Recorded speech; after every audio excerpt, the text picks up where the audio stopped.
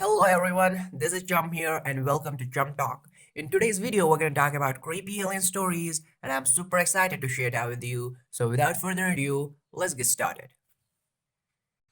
Let's start with our first story. I haven't had any encounters with aliens, but my mom has.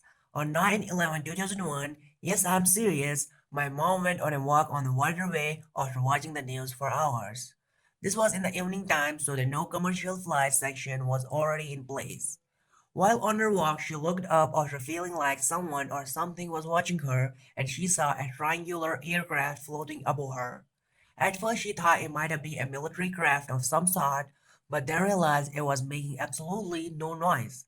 She said it was so low to the ground that she probably could have touched it if she wanted to, but before she could reach out and touch it, the craft zipped away quickly with no sound at all.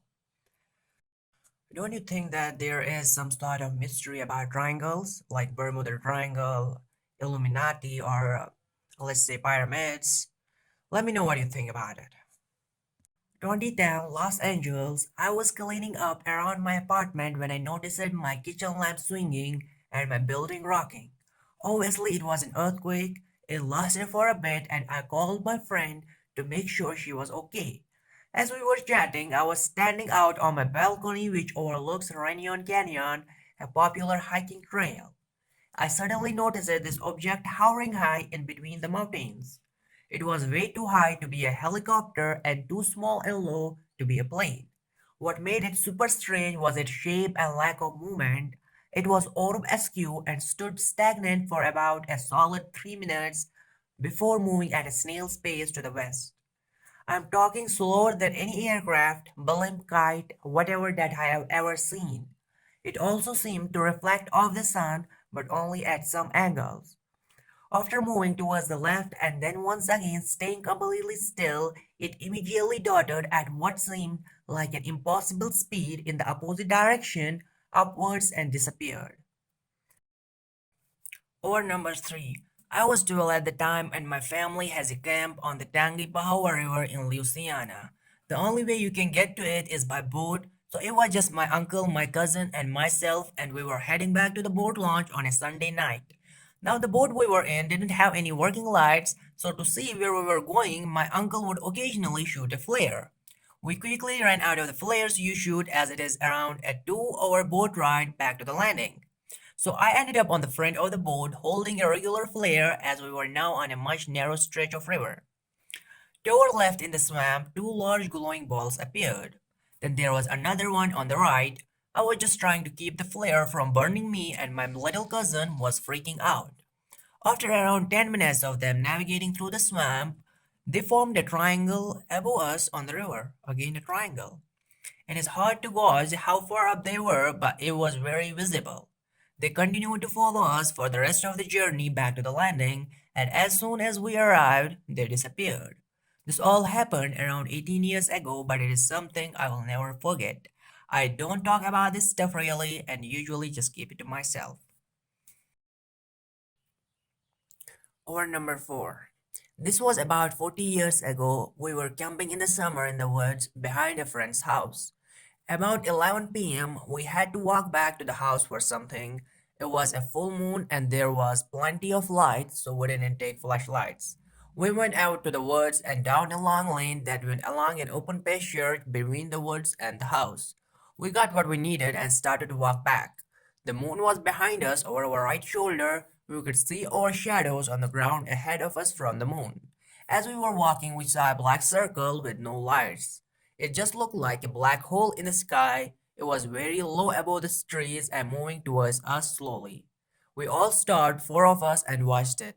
It came over the trees and over the pasture, and then suddenly you could see a shadow moving on the ground, where the moonlight was giving the thing a shadow just like us. And it went from northwest to southwest and passed over us and kept going until we couldn't see it anymore. It lasted about 2 minutes.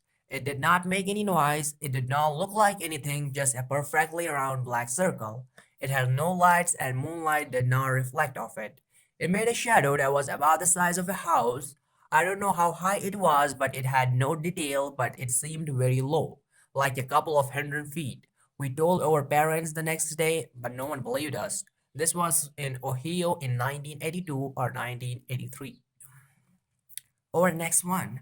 Driving in the UK from a friend's dinner party, we set off at around 11 p.m. for a 15-minute drive home. There was myself, my wife and the friend, and my three sons in the back of the car. We were driving near a US Air base in the southeast of England along a long straight piece of road when there was an incredible flash that the wife and I noticed it, and it seemed to wake up one of the elder sons in the back. He would have been about 12 at the time. Something I had no idea what flew with absolute silence over the car. I saw it, my wife saw it, and the son in the back who was awakened by the flash saw it. Something flew right over us so close you could touch it and it was big. We got home, discussed it a bit, and concluded the flash was a flare from the US Air base and the large object that flew over us may well have been an Iranian eagle owl. What had been spotted in this area, it was promptly forgotten.